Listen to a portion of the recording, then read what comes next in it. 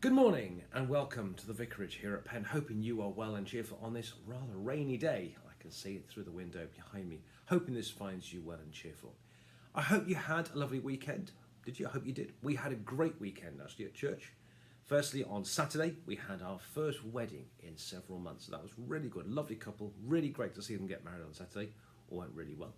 And on Saturday and Sunday this weekend, for the first time, we gave out sacrament at services as well. So as well as having communion, everyone can share it fully as well. So that was really, really good too.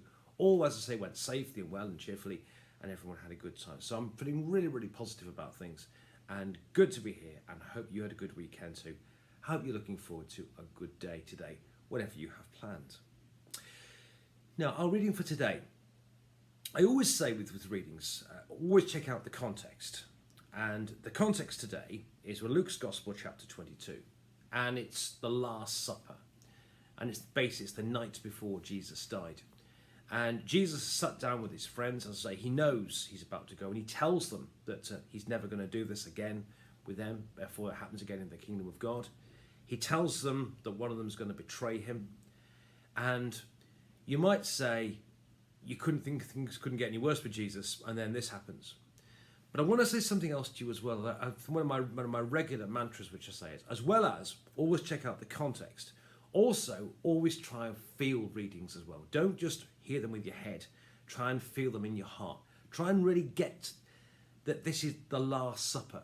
For Jesus, this is it. He knows that 24 hours from now, he'll be gone. This is his final gambit. This is his last meal with his friends. Imagine what that must have felt like. And as I say, he's told them he's going to go away. He's told them that one is going to betray him. And then you might say things couldn't get much worse. And then this happens. Luke's Gospel, chapter 22, beginning to read at verse 24. A dispute also arose among the disciples as to which of them was to be regarded as the greatest. But he said to them, the kings of the Gentiles lord it over them, and those in authority over them are called benefactors. But not so with you. Rather, the greatest among you must become like the youngest, and the leader like one who serves. For who is greater, the one who is at the table or the one who serves? Is it not the one at table? But I am among you as one who serves. You are those who stood by me in my trials, and I confer on you, just as my Father has conferred on me, a kingdom, so that you may eat and drink at my table in my kingdom, and you too will sit on thrones, judging the 12 tribes of Israel. And this is the word of the Lord. Thanks be to God. Briefly, three things about this reading this morning.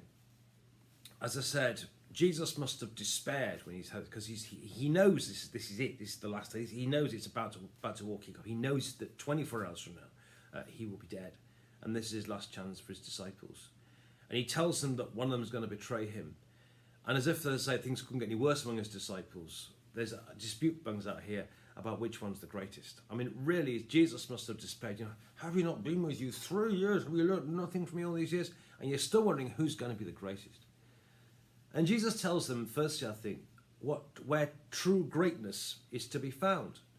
That true greatness is not found through titles, or dare I say, clergy, standing at the back of glorious processions.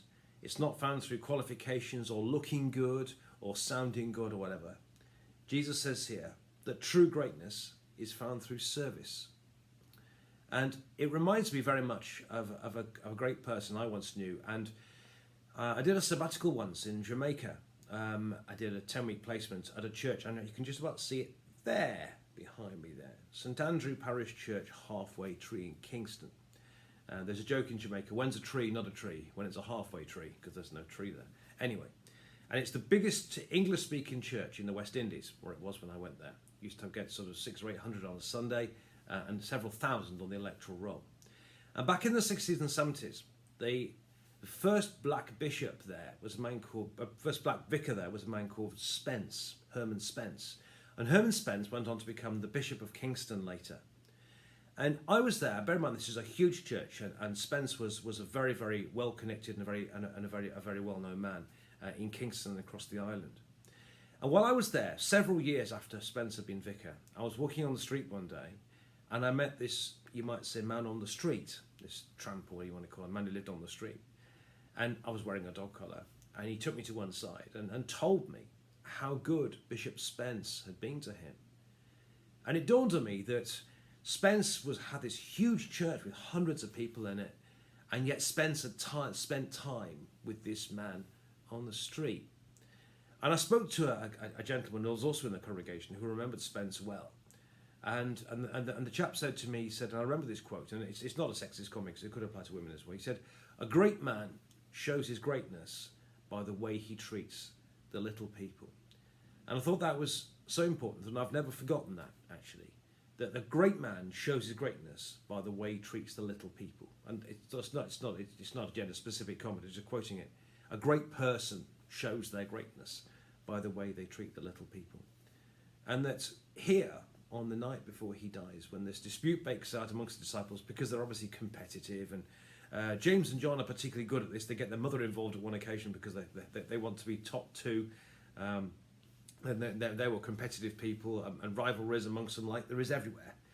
But Jesus here tells them basically that true greatness is found by service. True greatness is not found through qualifications, looking good, calling yourself reverend, whatever, prebendary, or whatever you want to call yourself. True greatness is found through service. And I think there's a huge lesson in that for all of us. But before I go, I want to give you a little bit of homework as well. I've never done this before. Because a quick thing I want you to look on, because if you get a chance to look at it before tomorrow, then do. I think it's interesting, apart from this very important message about true greatness found through service, the word servant, I think, should flash up some things for us as well.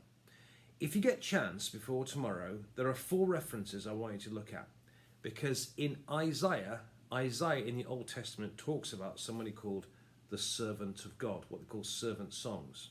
And the word servant here, I think, should flash up things referring us back to why. If you get a chance to look at these readings before tomorrow, that would be good. And they're all in Isaiah. Isaiah 42, 1-4. Isaiah 49, 1-6. Isaiah 50, 4-7.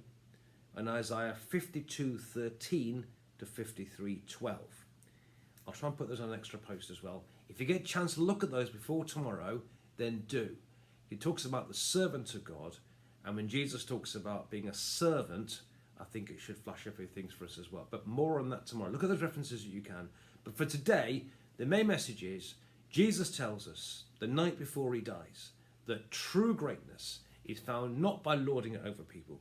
True greatness is found by service. The Son of Man came not to be served, but to serve, and to lay down his life as a ransom for many. He came to serve us. Therefore, we, especially anyone who aspires to church leadership, should be a servant of others. God bless you. Have a lovely day.